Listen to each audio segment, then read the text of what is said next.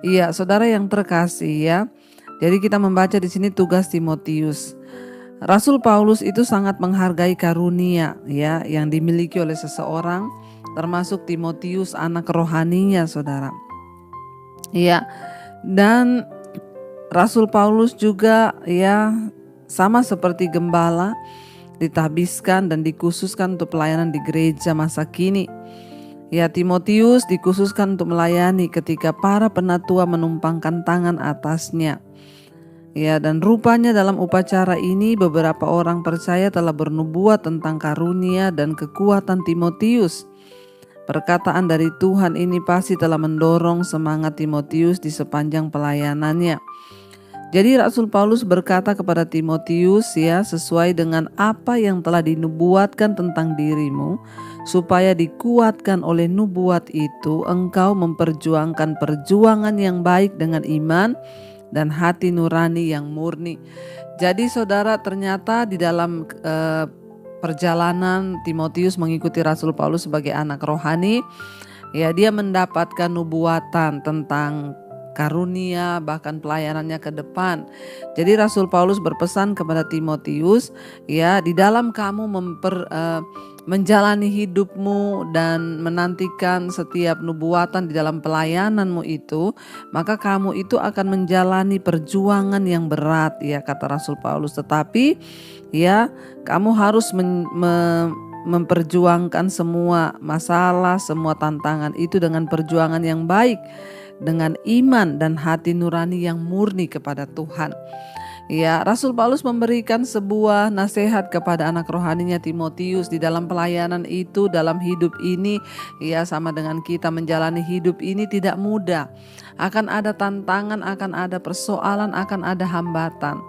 Tetapi kamu tidak perlu takut, yang penting kamu menjalaninya dengan iman, kata Rasul Paulus, dan hati nurani yang murni. Ya, ikuti saja hati nurani yang murni itu, karena di dalam manusia itu ada yang namanya hati nurani, saudara. Ya, hati manusia itu tempat Tuhan berbicara. Ya, Tuhan memberikan petunjuk di dalam roh manusia. Dan ketika kita mengikuti ya petunjuk hati nurani yang murni itu, Rasul Paulus bilang, ya engkau akan beroleh kekuatan di dalam hidupmu. Tetapi ya ayat 19 di sana dikatakan, beberapa orang telah menolak hati nuraninya yang murni dan karena itu kandaslah iman mereka. Di sini Rasul Paulus juga memberikan sebuah peringatan kepada Timotius, jangan bermain-main dengan hati nuranimu itu. Tuhan berbicara kepada manusia di dalam hatinya. Ya, dan ketika kita terus menolak ya hati nurani yang murni itu yang selalu mengajarkan yang baik. Hati nurani yang murni itu menuntun kita kepada sesuatu yang baik. Hati nurani itu yang mengajarkan kita. Mazmur Daud berkata, di tempat tidurku hati nuraniku mengajari aku tentang hukum-hukum Tuhan. Jadi ya Tuhan berbicara lewat hati nurani manusia yang murni. Ya, dan ketika hati nurani itu terus kita tolak, maka itulah yang akan menyebabkan iman manusia itu kandas. Ya, seperti contoh saudara, ketika Kain akan membunuh Habel, Tuhan bilang kalau hatimu itu baik, maka wajahmu berseri-seri, lihat dosa sudah mengintip engkau di depan pintu. Tapi Kain membiarkan hatinya itu dikuasai ya oleh dosa, oleh kebencian, saudara. Sehingga hatinya menjadi panas ya, tetapi suara Tuhan yang murni di hatinya itu dia tidak mau dengar. Sehingga apa yang terjadi, dosa mengintip dia, membujuk dia, dan dia akhirnya melakukan pembunuhan terhadap adiknya sendiri. Dan apa yang terjadi saudara? Ketika terjadi pembunuhan, ya Kain memberontak di hadapan Tuhan, akhirnya hidupnya pun terkutuk. Orang kalau menolak hati nurani yang murni itu saudara, kandaslah iman mereka. Ketika orang melakukan persinahan contoh atau perselingkuhan, maka hati nuraninya akan berbicara kepada dia ya untuk dia bertobat, tinggalkan dosa itu. Tapi banyak orang yang tidak mau bertobat, tidak mau mendengarkan hati nuraninya. 1 hari, 2 hari hati nuraninya berbicara, menegur dia, menyadarkannya dia.